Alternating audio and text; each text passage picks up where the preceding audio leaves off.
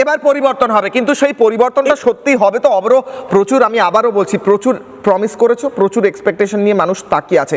একবার সেই এক্সপেকটেশনগুলো পূরণ হবে কিনা মানুষকে সেই বার্তাটা যদি দিয়ে দাও। 30 সেকেন্ডস। পরিষ্কার বলছি, আমাদের রাজ্য পশ্চিমবঙ্গকে আমরা পশ্চিম বাংলাদেশ হতে দেব না না না। আমরা যেন ভুলে না যাই, তৃণমূল কংগ্রেস নামক দলটা রত্না বিশ্বাস মডেল চালাতো। রত্না বিশ্বাস ওই তৃণমূল নেত্রী যিনি একটা জনসভায় দাঁড়িয়ে বলেছিলেন যে আপনারা জাকিরদার সঙ্গে যোগাযোগ করুন, বাংলাদেশ থেকে যারা এসছেন তাদের ভোটার কার্ড আধার কার্ড জাকিরদা ভালো বানিয়ে দেয়। 19 বার কেন্দ্র থেকে চিঠি দেওয়া হয়েছে যে বর্ডার ফেন্সিং এর জন্য জায়গা দাও, কিন্তু তৎকালীন পশ্চিমবঙ্গ সরকার, এই তৃণমূল কংগ্রেসের সরকার কোনো উত্তর দেয়নি। শুধু তাই নয়, তৎকালীন মুখ্যমন্ত্রী মমতা বন্দ্যোপাধ্যায় একাধিক জনসভায় বলেছেন উনি জমি দেবেন না।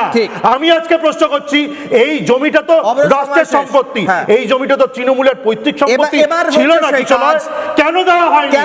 সাইলেন্ট ডেমোক্রেটিক ইনভেশন ঘটানো। সত্যি সময় শেষ।